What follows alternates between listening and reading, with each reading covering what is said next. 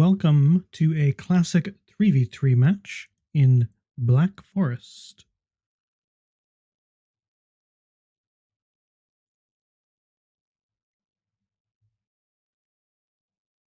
We have our old friends Groundskeeper Willie, Zach Frennett, and Grim versus Conan, Manuel Barnell, and Jose Barnell. Perhaps a brotherly team there on the second team. Let's switch over to the match and let's kick off. So, in the red,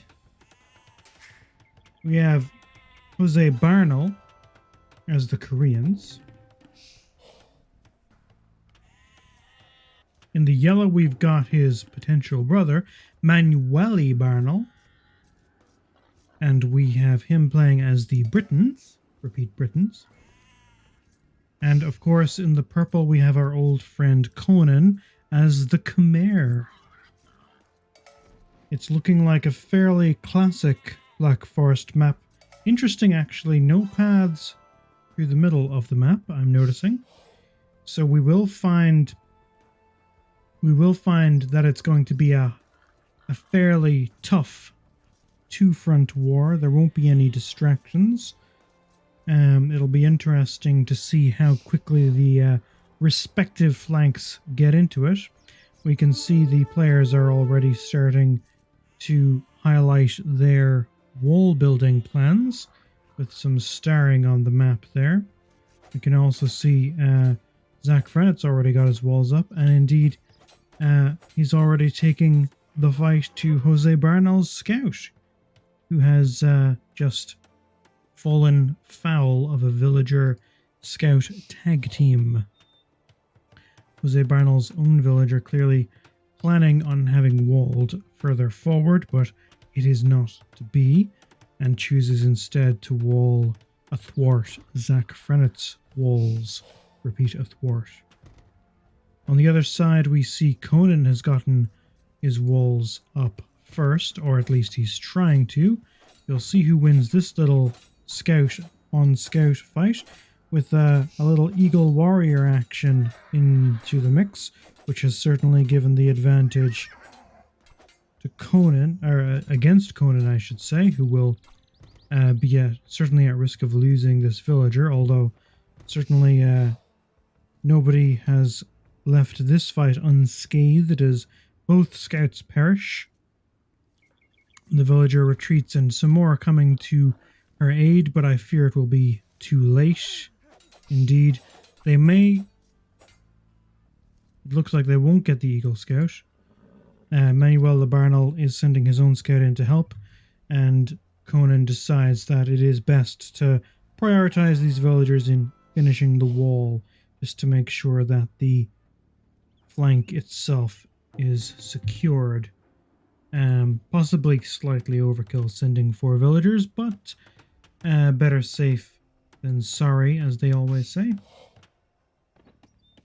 Meanwhile, all that scout action, I haven't introduced the civilizations for the other team. In the blue here, we've got Grim as the Ethiopians.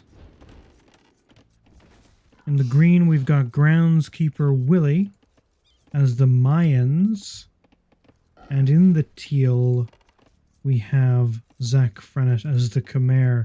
Zach's just helping himself to a boar. All quiet on this front for now. A little bit of a lost villager there for Jose Barnell. Oh no, she is being put to work.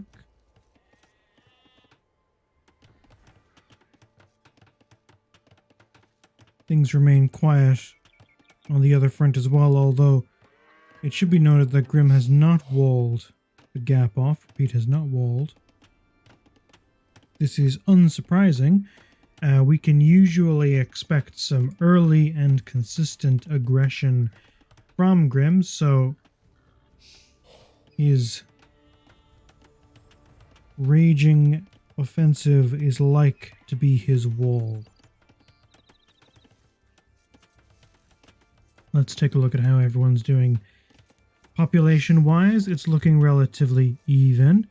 We've got 20s, 20s, a couple of 17s. Crucially, we'll compare the pocket players, I guess. We've got Groundskeeper Willie there in the green with 21, and we've got Manuela Barnell at 22. So it's close. It's a close game so far. It must be said. Groundskeeper Willie leading on kills with 2 kills. Repeat, 2 kills.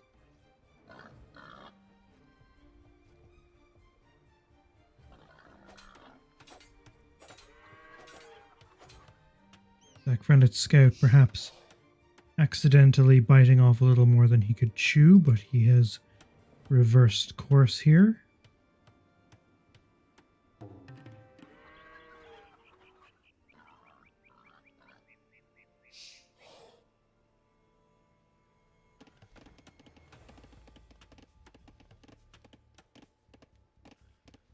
Meanwhile, Groundskeeper Willie and Grim are slowly building a makeshift wall of buildings.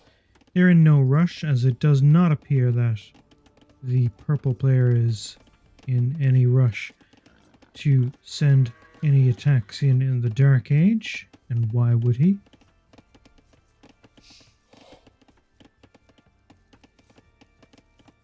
Player is approaching 25, 26 now. We can probably expect to see the Feudal Age coming through here and there. And indeed, Jose Labarnal, I just noticed, has clicked up. He will enter the Feudal Age first with a population of 27. Groundskeeper Willie also on a population of 27, now 28. But is currently going for another villager.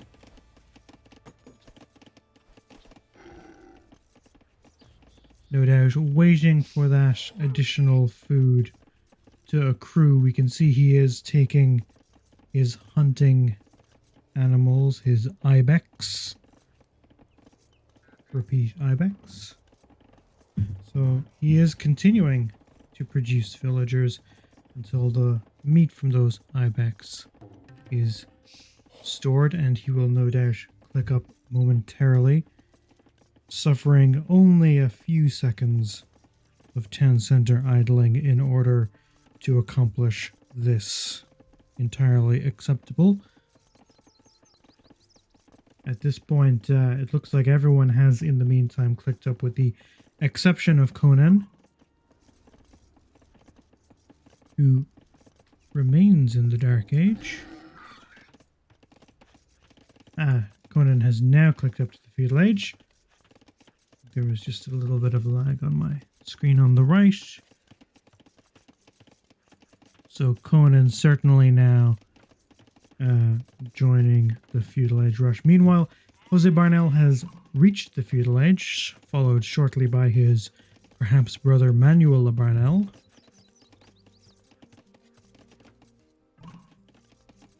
And Grim soon thereafter, with the rest soon to follow as well. We can see barracks being built by Manuel Barnell on the purple front over here. And of course on the other front as well. So Manuel Barnell certainly taking his role as a pocket player seriously and building production buildings on both fronts. Repeat, both fronts. Certainly a statement of intent from this player.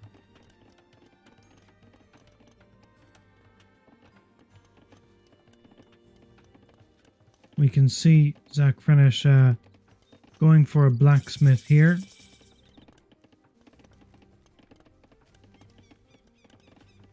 Will he be going for a classic fast castle, one wonders?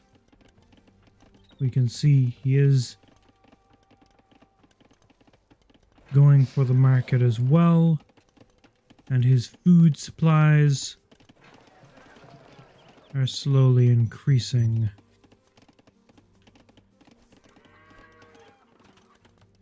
On the other side, we can see that the makeshift wall under construction by groundskeeper Willie and Grim has now taken shape and has successfully sealed off the gap. And of course, this wall encompasses production buildings as well, so this front clearly well placed to enter into war. We can see that Conan, meanwhile, on the other side, is starting to build some stone walls. Repeat, stone walls.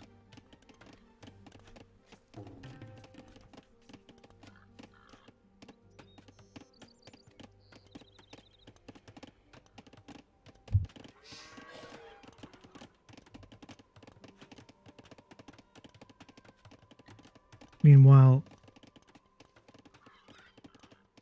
groundskeeper Willie already starting to build archers at those archery ranges, so he's certainly got a little bit of raiding on his mind, although he will find it difficult to do so now that Conan has got those stone walls more or less raised. Conan will not find himself under any undue pressure in the near future. That is, unless they try to come through this gap, although I believe that gap exists because of a relic, which is here. So that's relatively safe.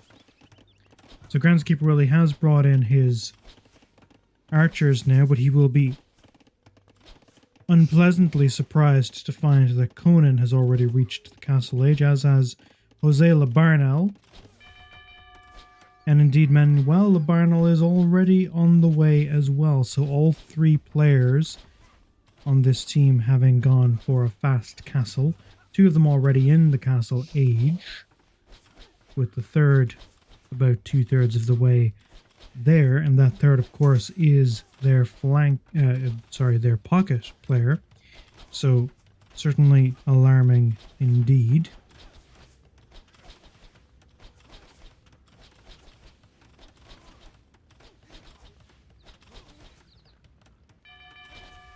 We can see that Zach Frenish has clicked up to the castle age as expected.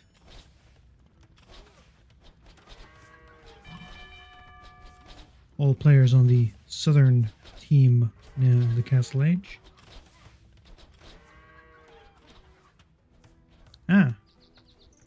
So it looks like some successful raiders have managed to make it past Conan's walls before they were built. It looks like, in fact, they're sourced from Grimm's rear base here. Very cleverly built, I might say. Even I didn't see it. Manuel Labarnel quickly building some stone walls to prevent the raid making it into his territory. But this is certainly going to be problematic for Conan. Manuel Labarnel, of course, does have some production buildings in Conan's base, so he is not incapable of responding, but of course, this is a stately number of archers, 14 archers, difficult to counter at this early feudal/castle juncture. And of course, Conan's economy has taken something of a hit as a result of this raid. His population only 25 now, repeat, 25.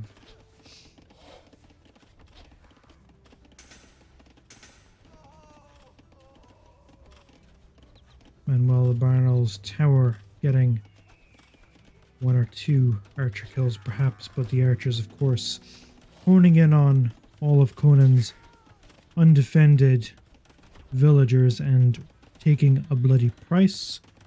Manuel Labarnel is trying to build some skirmishers and is cleverly garrisoning them in the tower.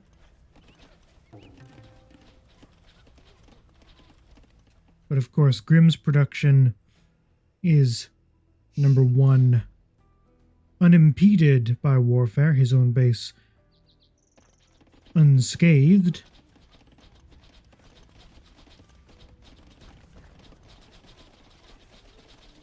And with his ally, groundskeeper Willie, advancing, although slowly, into a stone wall.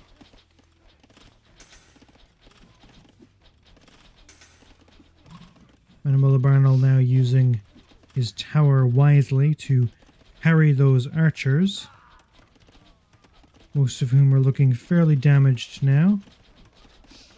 And a couple of them will fall to these skirmishers, although there are not enough of them to properly deal with the unit. Jose Labarnel now bringing in some knights, which will serve as a much more effective counter. And certainly Manuel has managed to hold things together in Conan's base successfully. Jose Labarnel looking for easy pickings here. He will no doubt find the archery ranges. And he will focus his knights on attacking them. You can see that they will make short enough work of those archery ranges. No barracks in the area to build any pikemen, so we can safely assume that these knights will successfully eradicate this rear base. Meanwhile, Manuel Labarnel building a castle here and a siege workshop, while Jose Labarnel is bringing in some mangonels to clean up the remaining archers. Meanwhile, in the north, groundskeeper Willie has not been able to penetrate the stone walls, although it has to be said that there is some siege equipment now coming in, all players obviously having reached castle age at this juncture. We will take a quick look, as there is a little bit of a lull here, which will afford us the opportunity to take a quick look at the other flank, now that Conan's base has essentially been secured. So we will take a quick look over here, and we can see that it is all quiet on the other flank at the moment. Well fortified. We can see that Jose Labarnel's economy is running well. He's going for a university. Meanwhile, on the other side, we see Zach Franish, who is likewise enjoying a relatively unimpeded economic boom.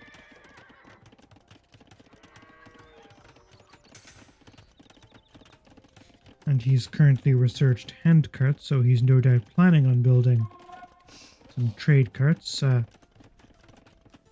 Although it looks like more immediately he will be treating us to some battle elephants, which is always a pleasure to watch. We'll soon see what he intends to do with them. Is he building them on his flank, or does he have production buildings over here? I'm not seeing any, so he's probably concentrating on his own side. I do see some Khmer villagers, actually. Oh, we do have some Khmer stables over here, and that is indeed where he's building the battle elephants. So they will join the main offensive on this side. Meanwhile, Conan is rebuilding his defenses with gusto, or should I say adding to his defenses with gusto, as the stone walls themselves have yet to be challenged, although we do now see some siege from the other team in range. Now here we see that Grim actually still has a villager and is rebuilding the archery ranges he had previously lost. Conan has a market relatively nearby. Let's see if he can actually have line of sight on what Grim is doing. He does not, although he may soon notice, because he has...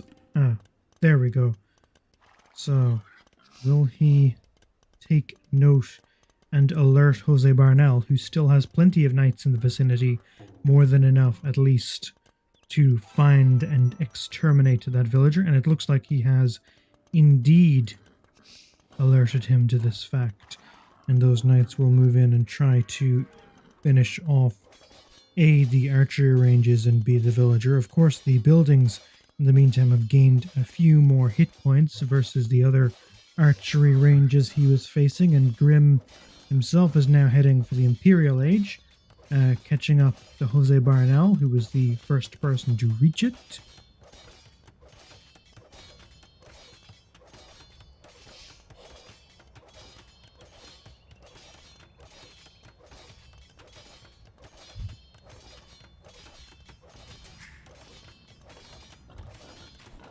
Conan now building a town center over here in an effort to ensure that any villagers that do try to wander off from this area to safety are swiftly shot down. Meanwhile, Manuel Barnell is coming in with some skirmishers and a mangonel, possibly slightly overkill, as there isn't really a whole lot that Grim has down here, but clearly they want to prevent any further sneak attacks, and paranoia is quite a healthy attribute in Age of Empires, I have found. So the mangonel certainly aid them in making short work of this archery range, and the knights presumably now should be looking for that remaining villager, and indeed they bring a gruesome and bloody end to this insurrectionist amongst their countrymen.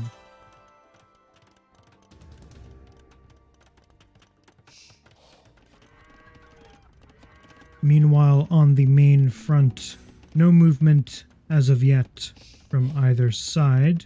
Conan's fortifications remain unchallenged as Zach Frennet slowly expands his elephantine army, whilst Groundskeeper Willie adds in some crossbowmen to the mix.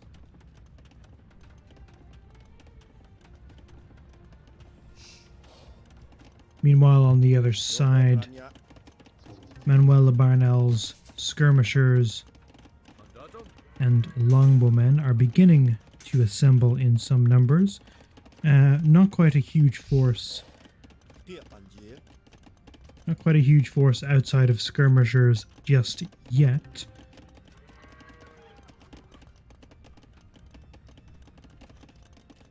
But of course, Jose Barnell's forces have not yet been committed, and he has been enjoying a lengthy period of unprecedented economic growth in the Imperial Age, remembering, of course, that the red player, Jose Barnell, was the first to the Imperial Age, and as of yet only has a military population of 17, whilst having a villager high of 104, certainly a powerhouse waiting to unleash his fury upon the world.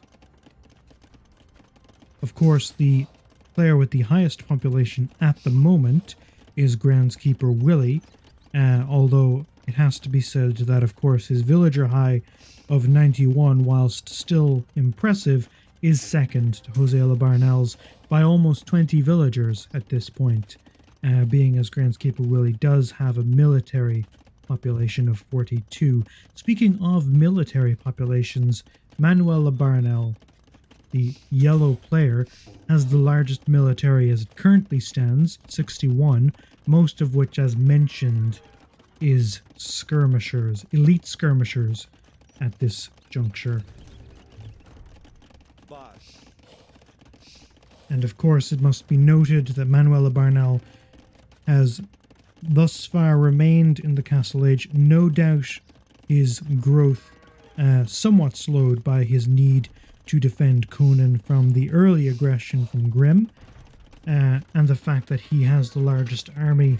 Certainly no surprises that he has among the smallest, in fact the smallest villager population, as he has devoted most of his efforts to military thus far. So he certainly has some economic catching up to do. And he is pumping out villagers from his town centers in order to make up that gap. But still quite a distance behind, with only 56 villagers, even compared to Conan, whose economy was actually the victim of the early aggression. He is certainly far behind in terms of the economic prowess. Conan, of course, has rebounded quite impressively from the early aggression, and his total population now approaching 100.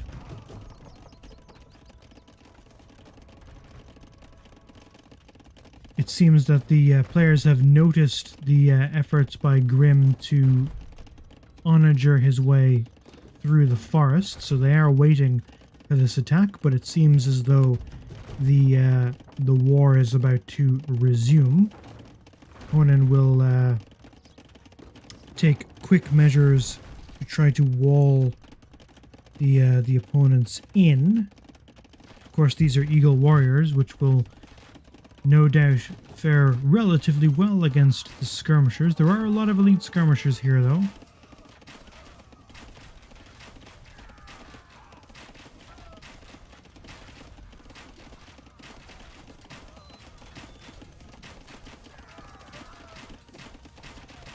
And as predicted, the Eagle Warriors are making short work of those skirmishers, which is unfortunate, because now the crossbowmen, arbalesters I should say, are free to enter unimpeded. Of course, we have some scorpions from Conan, which should be relatively effective against the Eagle Warriors. Of course, the Eagle Warriors' speed advantage we are currently seeing is devastating. If the Scorpions had only had a suitable shielding unit or screening unit from which to fire behind, they would have been most effective, but unfortunately it was not to be. It is looking like a major tactical victory here in Conan's base for the northern team. And we can now expect them to move in some siege, join the Shotel Warriors and Eagle Warriors, ravaging the production buildings to the north. Manuel de Barnel, previously as mentioned, having had the largest army, has now been reduced to a military population of a mere 7. Jose de Barnel, on the other hand, on the other side of the map, is certainly, of the three players, the powerhouse in terms of economics. But will he be able to translate that into an armed force in time, as his teammates' base is in the process of being overrun? Conan, of course, has a well-positioned tower at this choke point here, guarding some gold and possibly some stone, but his main villager economy under serious threat here, as he tries to move some villagers north, perhaps to repair these walls. But of course they will be mown down by arrows. Meanwhile, the Shotel Warriors and Eagles have made short work of the northern production buildings.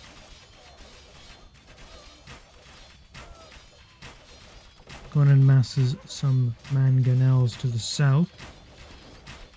All players, with the exception of Manuel de Barnel now in the Imperial Age. Manuel de Barnel's villager population simply has not recovered from his early militarization, only 62.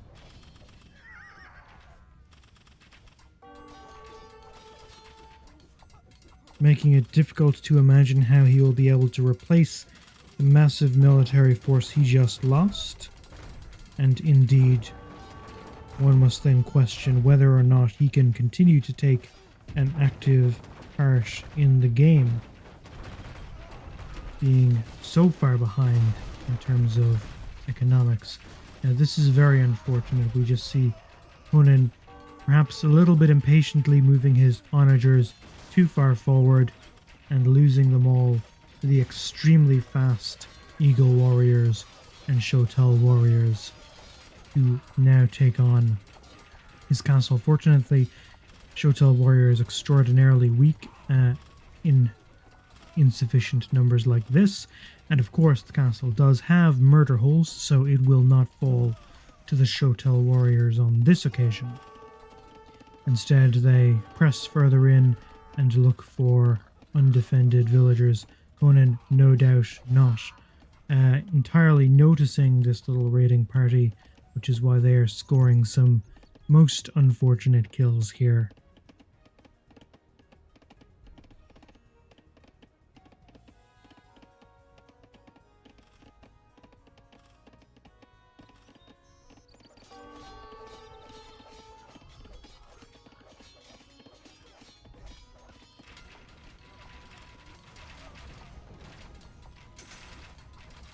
Meanwhile, in the north, the Eagle Warriors have gained considerable numbers.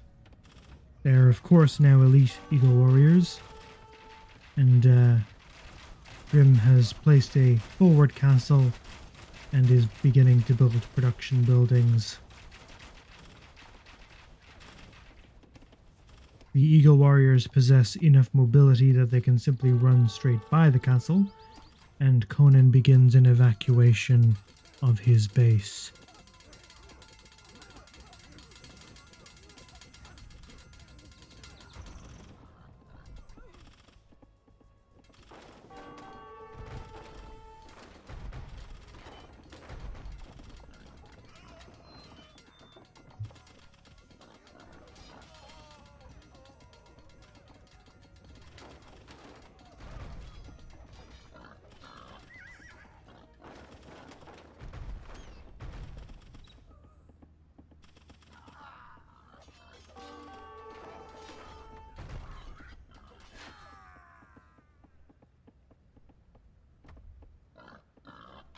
Meanwhile, in the north, we have neglected, due to all of the excitement here in the south, in the north we have neglected to note that Zach Bennett has broken through into Jose Labarnel's base with some war elephants. They are perhaps not enough to overrun the base, but as we can see, he is following up with additional forces and indeed some trebuchet as well. So in case you were wondering where Jose Labarnel's forces were all of this time in the south, now you know the answer. They were in his own base, defending against an enormous amount of war elephants, which presumably were deemed unnecessary for the fight to the south. That fight now reaching its killing momentum as Conan's castle falls.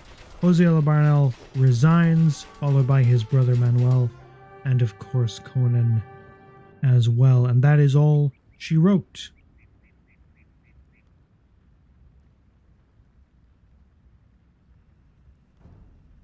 Taking a quick look at the map, we can see indeed that with Jose Labarnel's base being thusly threatened, he was essentially unable to prevent the main force of groundskeeper Willie and Grim tag teaming Conan's base here, which would have been able to march through into Manuel Labarnel's base with, I would say, relative ease, given that Manuel Labarnel was still languishing in the Castle Age and simply did not have the troop composition or technological advancement to stand up to what was a fairly well-composed Imperial Age army of arbalests, elite Eagle warriors, and I believe elite Shotel warriors, backed up now by siege and advancing villagers and production buildings.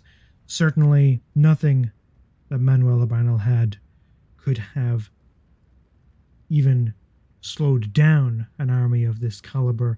Given that he's only in the Castle Age, he could only have hoped for a rescue from his brother to the north, and given that such a rescue was not forthcoming, it is easy to see why they called good game at this juncture. We'll take a quick look at the stats before we wrap up. Jose Labarnel getting the MVP medal for his side. Deserved, I would say, based on the statistics alone. Let's see how he did militarily, because we were so focused on the conflict in the south that, of course, we didn't see a lot of what happened in Jose's base. So certainly he has the most kills of his team, which is undoubtedly a major factor in winning the medal. We see a very healthy kill to loss ratio for Zach Frenich, and an extraordinary kill to loss ratio for Groundskeeper Willie. Only 43 units lost. Quite impressive considering he was there in the forefront of that push into Conan's base after the early aggression, of course, from Grim. Early aggression never leading to a very good kill to loss ratio, but certainly it typically leads to a fairly decent scoreline at the end of the match. So Grim will be pleased with that. Largest army Groundskeeper Willie, by quite a factor, it has to be said. Economy, Jose Labarnell taking most of the stars there, unsurprisingly. A lot of gold, a lot of wood. Unfortunately, he simply didn't get a chance to put it to good use where it was needed most, thanks to the clever division of labor from the northern team. Again, Jose Labarnell taking all of the stars here in terms of aging up. Very nice feudal age time, nice classic 17-minute fast castle, and a very impressive imperial age time as well. And finally, the villager high almost shared, but just slightly pipped at the last moment by Groundskeeper Willie with 117 versus Jose Labarnell's 116. And that is it. I hope you guys have enjoyed watching. We certainly enjoyed watching this. It's always fun to watch a Black Forest game. And we'll see you all next time around.